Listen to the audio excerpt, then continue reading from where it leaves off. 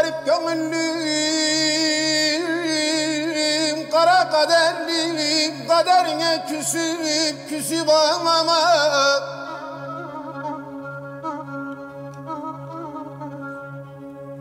Kaderin elinden gönül kederliyim, kaşlarını asıp ağlama.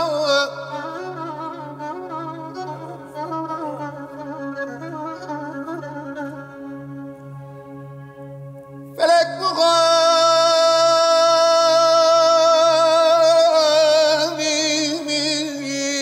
bilmedi değil, dünyada muradım olmadı değil.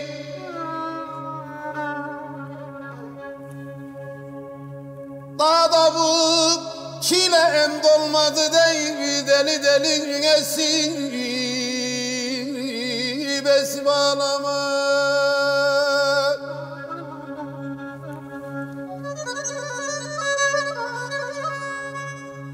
Ağlama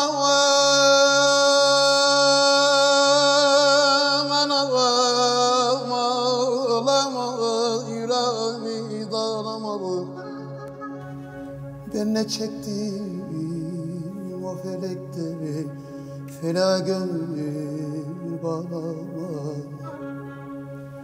Neler çektim ben felekte, fena gönül bağlama. Dertli anam yandı bağlarım.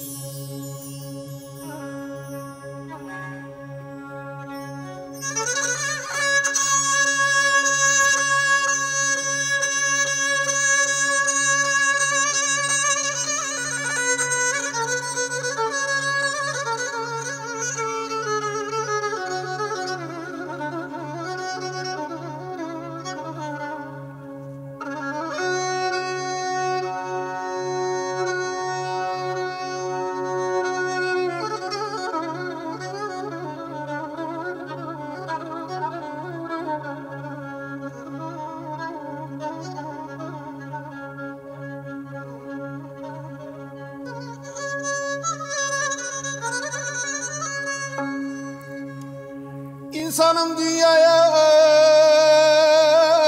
geldim diyerek, derdi çileğine endaldım diyerek, elleri koynumda kaldım diyerek, sessiz susup ağlamam.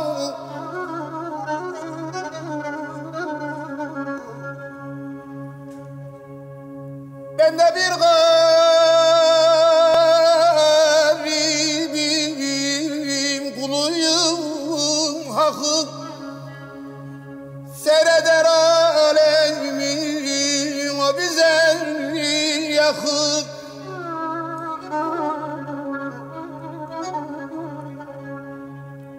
O ölmez gitmez mi, unutma sakın, umudumu kesip ağlama.